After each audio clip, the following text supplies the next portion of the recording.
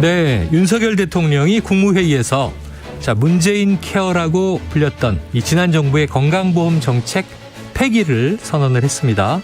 그러면서 건강보험 정상화를 위해 앞으로는 건강보험의 지속성을 늘리겠다, 이런 선언을 했는데요. 대통령의 이 말은 무슨 뜻인지, 또 정부의 새로운 의료정책 구상은 어떤 것인지 좀 자세하게 짚어보려고 합니다.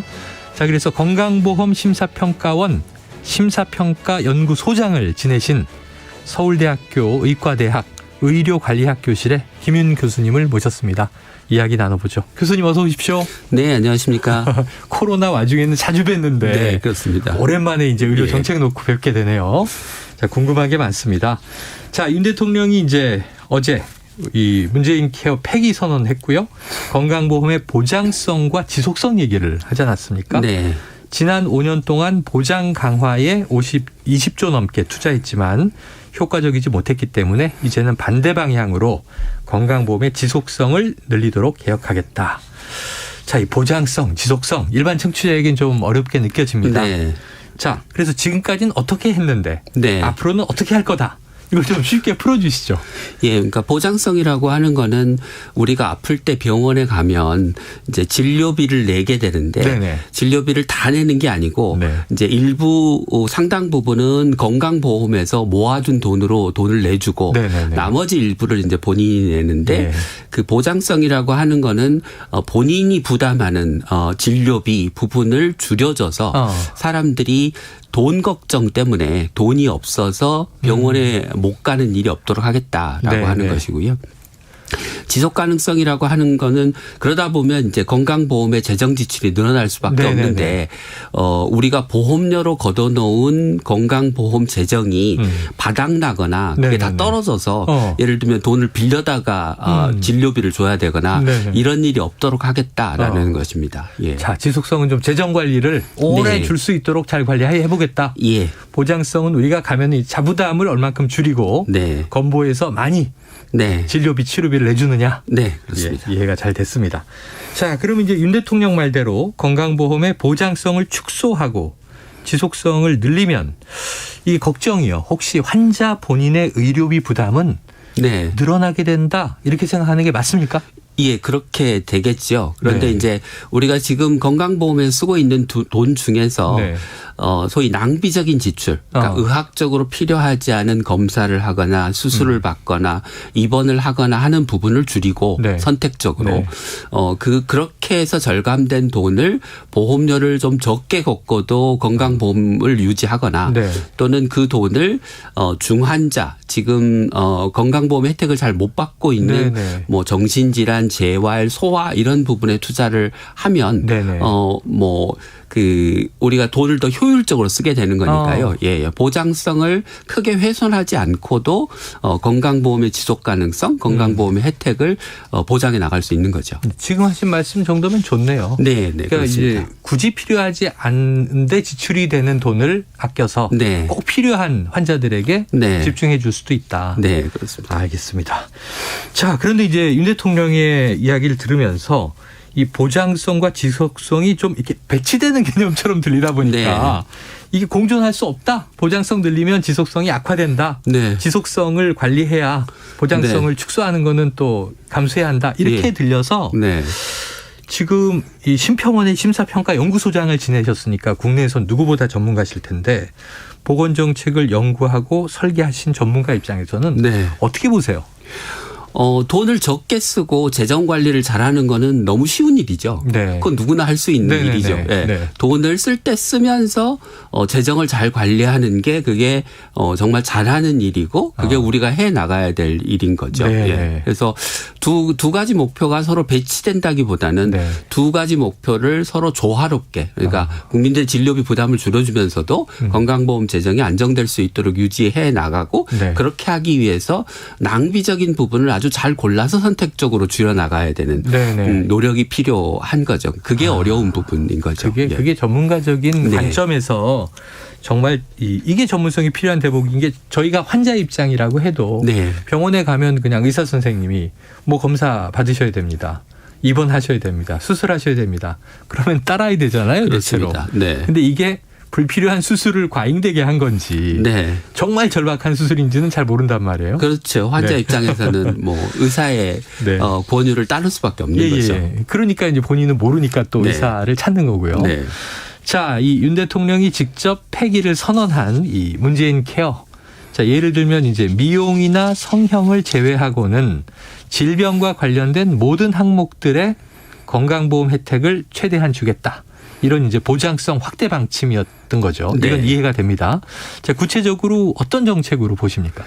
우리가 이제 돈이 없을 때 건강보험을 시작해서 그때는 예를 들면 초음파 검사 같은 게 워낙 돈이 많이 들어가니까 네네네. 건강보험에서 혜택을 못 줬습니다. 네. 적용을 못 해준 거죠. 그러니까 전액 본인 부담을 한 비급여 진료였던 거죠. 몇십만 원 되죠. 네. 그런 것들이 이제 초음파, MRI 검사, 뭐 고가의 항암제 또 기존에 이제 건강보험이 적용되긴 했는데 돈이 없다 보니까 요건 한 번밖에 안 돼. 이번 기간 중에.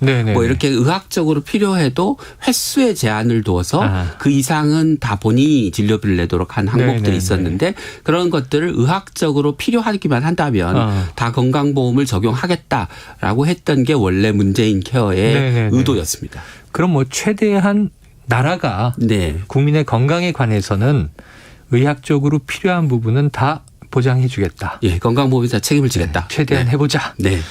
자, 그럼 이제 윤 대통령 말대로 이 문재인 케어를 폐기하게 되면 앞으로 이제 많은 치료 항목이 건강보험에서 다시 빠지게 되나 이런 이제 걱정이 있는 거고요. 개인이 부담할 의료비나 항목이 달라지게 될 것 같은데 어떻게 달라지는지 좀 어떻게 전망하세요? 구체적인 지금 방안을 이야기하신 게 아니기 때문에 맞아요. 이게 뭐 어떻게 될지를 지금 예측하기는 어려운데 대통령께서 하신 말씀은 급여 기준과 자격 기준에 대한 관리를 강화하겠다라고 하는 겁니다. 그러니까 급여 기준이라고 하는 거는 예를 들면 단순 두통인데 머리 MRI를 찍는다. 이건 의학적으로 필요한 게 아니거든요. 근데 그런 경우 일부 지금 건강보험에서 적용을 해주는 경우들이 있어서 그런 것들을 줄여나가겠다는 게 1차적인 언급인 것 같습니다. 자격 기준은 아마 외국인 피부양자들이 이제 뭐 거액의 진료비를 쓰는 그런 이제 일들을 아마 염두에 두고 언급하신 것 같고요. 그런데 이제 문제는 최근에 이제 감사원에서 이제 문재인 케어로 인해서 의료비가 건강보험 재정이 얼마나 낭비됐냐라고 하는 거를 이제 초음파 MRI 검사를 대상으로 해서 추정을 해봤더니 그게 한 2천억쯤 된다라고 결과가 나왔습니다. 근데 이제 지금 작년 말 기준으로 우리나라 건강보험 재정이 본인 부담 합쳐서 거의 100조에 가깝거든요.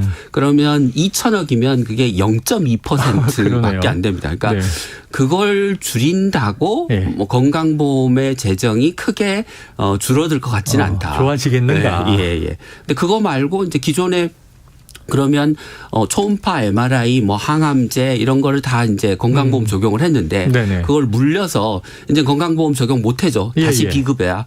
전부 다 환자 본인이 다 내라고 하는 거는 역사적인 후퇴이고 그러니까 앞서 말씀드린 대로 재정 관리만 잘하는 게 중요한 게 아니고 국민들의 진료비 부담을 줄여주는 게 중요한데 그 목적을 포기하거나 희생하는 방식이 되는 거는 곤란하겠죠. 그래서 아마 정치적인 반발도 만만치 않을 거고 그래서 현실적으로 기존의 문재인 케어의 동안에 그 건강보험 적용을 확대했던 부분을 되물리기는 어려울 거다. 낭비적인 부분을 일부 줄인다고 하는 건 가능하겠지만. 이해가 됩니다. 이게 보통 문제가 아니에요. 환자나 환자 가족 입장에서는. 네, 그렇습니다. 말씀하신 대로 지금 항암 투병하는 가족들을 보면 뭐 약 한 번 맞는데 300만 원인데 이 중증 질환자는 정부가 한 90% 이상 커버해 주니까 한 달에 한 30만 원 내고 2번 약 맞는단 말이에요. 그렇습니다. 근데 이거 다 비급여가 되면 600만 원을 매달 약값으로 내니까 이게 웬만한 가정은 이게 감당이 될까? 그럼 이게 암 치료하지 말란 얘기가 되나? 이런 고민들이 있을 거란 말이죠. 그렇죠. 자, 하지만 후퇴하기는 쉽진 않을 것이다. 쉽지 않을 거다. 적절한 선에서 조율을 하겠죠. 자, 알겠습니다. 이 완전히 폐기하는 수술로 가는 것은 좀 현실적으로 어렵다. 이런 입장으로 이해를 하고요.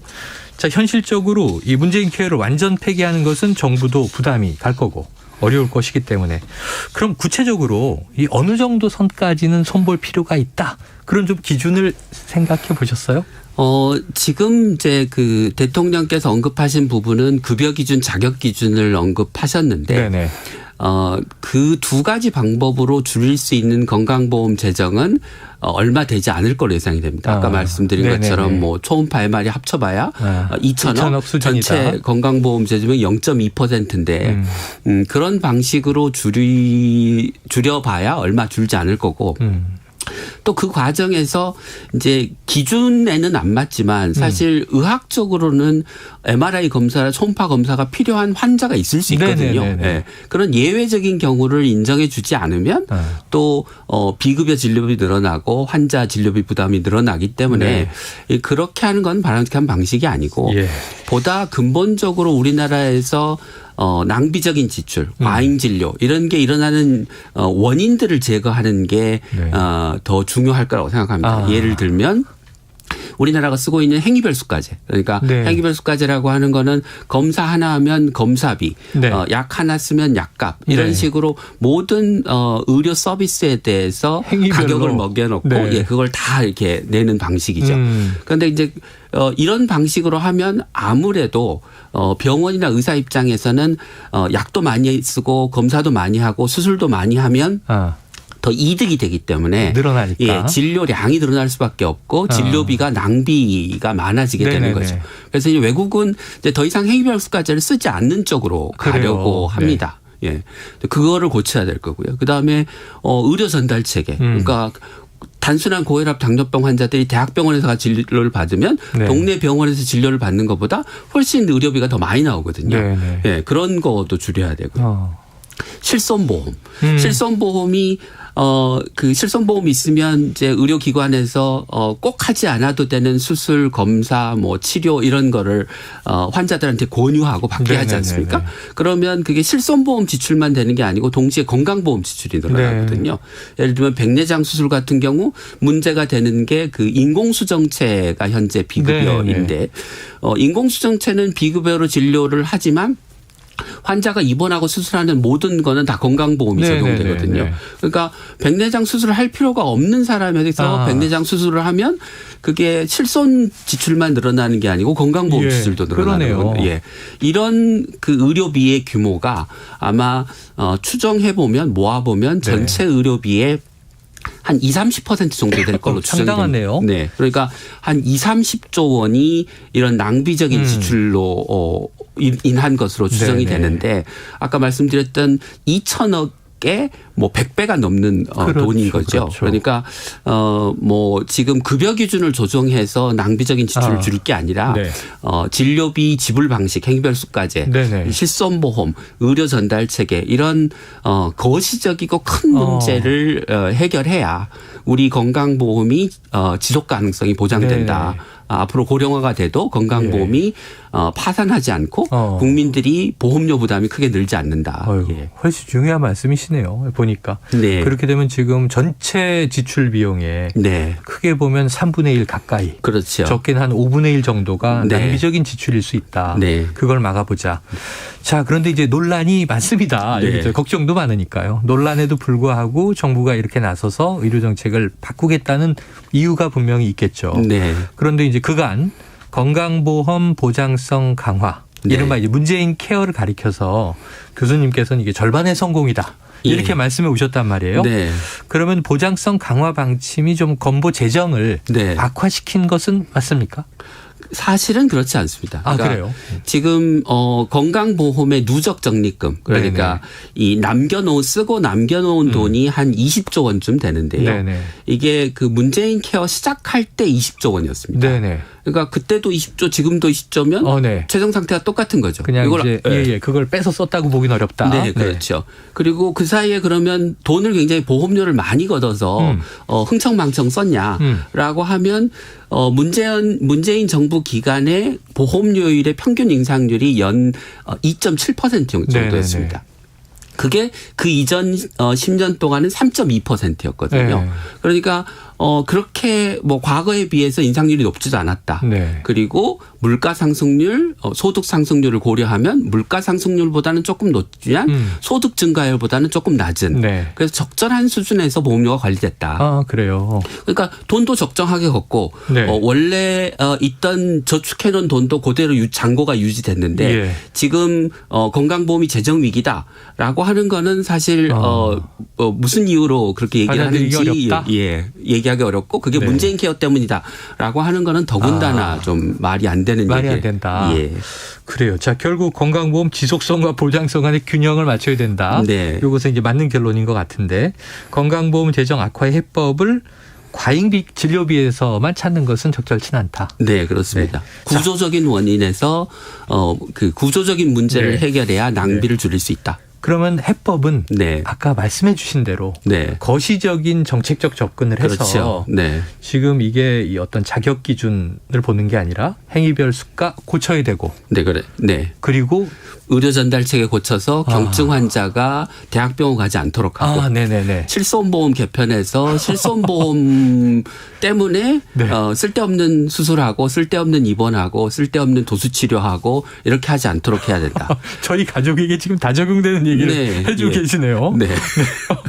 아니 이거는 그 네. 국민들한테 탓을 돌리거나 네네. 뭐 의료기관도 부분적인 책임이 있긴 하지만 사실은 정부가 나서서 해결해야 될 부분인데 정부가 할 일은 네. 안 하고 급여 기준, 자격 기준을 논하는 네네네. 거는 약간 정부가 해야 될 의료비 관리의 책임을 국민들이나 의료기관에 떠넘기는 듯한 네. 그런 뉘앙스를 줘서 교수님 말씀 드리니까 정말 경증인데 거의 경증인 게 확실한데 네. 다 대학병원 종합병원을 가고 싶어 하잖아요. 네, 그렇습니다. 그러니까 동네 의원에 가는 것은 네. 협진 요청에 이제 좀 서류를 받으려고 가는 경우들이 너무 네. 많아서 예. 이건 좀 바꿀 필요가 있다. 네. 국민 탓해서는 안 된다. 예. 구조를 바꿔야 한다. 네. 자, 지금 교수님 공공의료 분야 전문가십니다. 자, 얼마 전에 이제 국회 공공의대 설립 공청회에도 참석을 하셨고요. 네. 자, 정부의 의료복지정책 후퇴 기조가 결국은 민간보험의 의존도를 높일 것이다. 네. 또 의료 공공성을 파괴해서 의료 네. 민영화를 부추길 것이다. 이런 우려들이 지금 좀 나오고 있어요. 예. 어떻게 보십니까? 뭐 대표적인 예가 이제 코로나 유행 기간에 네. 코로나 환자를 진료하느라고 이제 다른 진료 안 하고 코로나 진료에 올인했던 맞아요. 공공병원들인데요. 네. 그 공공병원들이 이제 최근에 코로나 환자가 줄어들어서 이제 일반 진료 기능을 회복해야 되는데 네. 환자들이 오질 않습니다.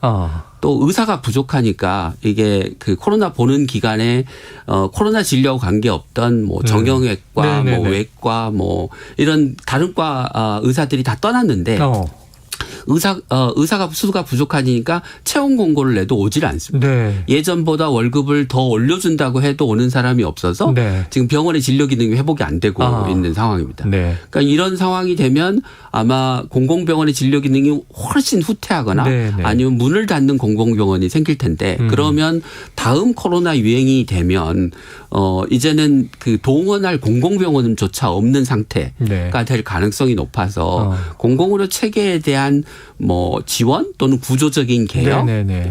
새판 짜기 이런 게 필요한데 네. 정부가 그런 그 뭐랄까 좀 큰 변화를 하려고 하는 것 같지는 않고 예. 그냥 지금 공공병원이 주는 코로나 보상금 주고 공공병원이 어떻게 알아서 해라라고 하는 게 현재의 기조인 것 같아서 네네. 지금 상황이 계속되면 그 향후에 우리나라의 공공의료의 미래는 굉장히 어두울 것 같습니다. 네. 네. 그런데 우리는 의료 자체가 영리적 목적으로는 못하게 돼 있잖아요. 네. 그럼에도 불구하고 우리가 여기는 공공병원이다. 그렇다고 또 다른 병원을 상업병원이라고 하진 않는데 네. 그럼에도 불구하고 이제 공공 외에 네. 또 다른 병원 영역이 더 큰 거잖아요. 네. 네. 그런데 이제 이번 정부의 기조가 정부 기조마다 다 다른데 네. 주로 이제 시장 원리라든가 기업이 우선하고 정부는 뒤에서 지원한다고 하면 공공성 강화에 많이 주력하진 않지 않을까요? 그렇게 예상이 되고 그럴 가능성이 굉장히 높아 보입니다. 그런데 이제 흔히 민간 중심, 시장 중심을 이야기할 때 그게 공공보다 효율성이 높으니까 그렇게 하는 게 맞다라고 주장을 하시는데 전혀 그렇지 않습니다. 그러니까 예를 들면 지금 코로나 2년 반의 유행 기간 동안에 정부가 민간 병원과 공공병원을 동원하면서 준 손실보상금이라고 하는 돈이 있습니다. 그러니까 병상 비워놓고 코로나 환자 봐야 되니까 손해야. 준 돈이 8조 원이 넘는데요. 그 돈이 공공병원들이 맨날 적자라고 얘기하는데 그 공공병원 적자분의 50년 적자분에 해당합니다. 그렇습니까? 네. 그러면 엄청나네요. 만약에 지금 상태가 계속돼서 공공병원이 문을 닫거나 아니면 문을 열고 있더라도 이제 중환자를 볼 수가 없어서 코로나 같은 환자를 볼 수가 없는 상태가 되면 이제 공공병원 말고 민간병원으로 다 코로나 환자를 봐야 되거나 새로운 감염병 환자를 봐야 되는데 이번 2년 반의 유행 기간 동안 공공병원이 코로나 환자 4명 중 3명을 봤었거든요. 그러면 그 돈을 다시 민간병원에 대한 보상금으로 환산하면 8조의 4배를 줘야 되는 거죠. 그렇죠. 그게 효율적이겠느냐라는 거죠. 50년치를 2년 반 동안 썼다. 그러면 이제 공공병원들이 뭐 해마다 내는 적자라고 하는 게 한 대략 연간 1,500억 대의 수준이라는 얘기잖아요. 그렇습니다. 저희가 뭐 이런 걸 모르니까 막연한 오해들을 많이 하고 지낸 것 같습니다. 자, 이 의료 체계의 이 보장성이냐 지속성이냐 이 두 개는 배치되는 개념이 아니다.